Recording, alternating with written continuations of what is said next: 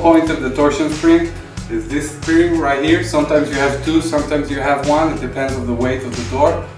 And the spring basically it does all the work. It needs to get the door balanced so you can hold the door and anybody can pick it up in case of emergency without using your motor.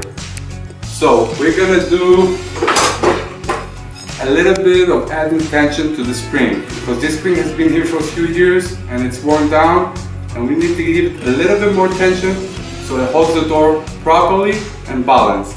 I'll show you in the end what it means to have a proper balanced door.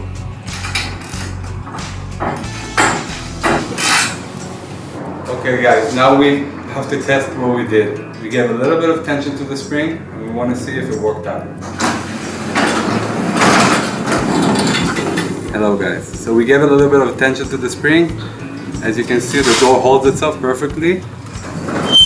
Halfway through as well, so we know we're balanced, and that's all we wanted.